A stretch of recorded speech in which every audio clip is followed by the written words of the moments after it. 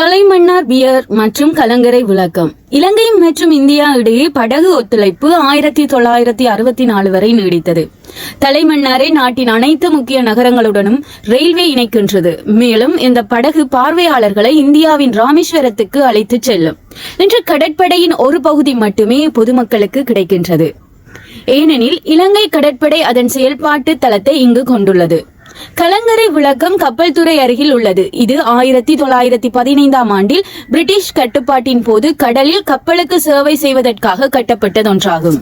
மன்னாரின் முக்கியத்துவத்துக்கு அதன் பெரிய முத்து கரைகள் காரணமாக இருக்கலாம். அதாவது தொலைதூர வர்த்தகர்களையும் மன்னர்களையும் ஈர்த்தது. 2000 ஆண்டுகளுக்கு மேலாக இந்த தரிசு தீவு ஒரு பரபரப்பான நகரமாக செயல்பட்டது. உலகெங்கிலும் உள்ள ராஜாக்கள் மற்றும் ராணிகளுக்கு ஏராளமான முத்துக்களை ஏற்றுமதி செய்ததுதான் இந்த தலைமன்னார் பிரதேசம். துரதிர்ஷ்டவசமாக முத்து தொழில் அதிக அறுவடை காரணமாக அதன் அழிவை சந்தித்தது. செல்வத்தின் இடைவிடாத நாட்டம் மற்றும் நிலையான நடைமுறைகள் இல்லாதது ஒரு காலத்தில் செழித்து வளர்ந்த முத்து வங்கிகளின் வீழ்ச்சிக்கு வழிவகுத்தது. டிசம்பர் 1964 ஒரு பேரழிவு சூறாவளிக்கு முன்னர் தலைமன்னார் பையர் இந்தியா இலங்கை ரயில்வேயின் படகு சேவைக்கான முனையமாக செயல்பட்டது. இந்த சேவையானது இலங்கையின் தலைமன்னார் மற்றும் இந்தியாவின் ராமேஸ்வர தீவில் உள்ள தனுஷ்கோடி இடையே பயணிகளின் போக்குவரத்துக்கு எளிதாக்கியது.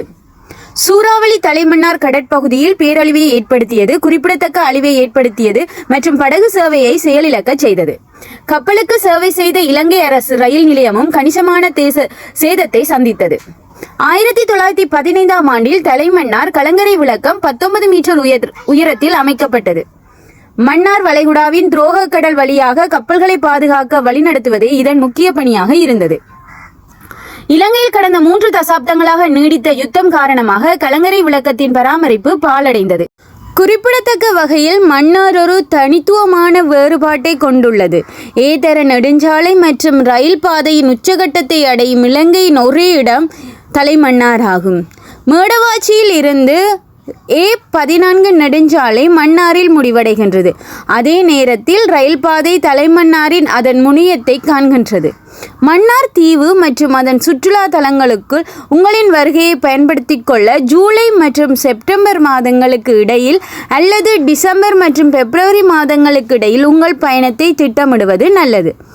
இந்த காலகட்டங்கள் இனிமையான வானிலையை வழங்குகின்றது. இது ஒரு வசதியான மற்றும் மகிழ்ச்சியான அனுபவத்தை வழங்குகின்றது. வடமாகாணம் கடுமையான வெப்பத்தை அனுபவிக்கும் ஏப்ரல் மற்றும் ஜூன் மாதங்களுக்கு இடையில் விஜயம் செய்வதை தவிர்ப்பது நல்லது.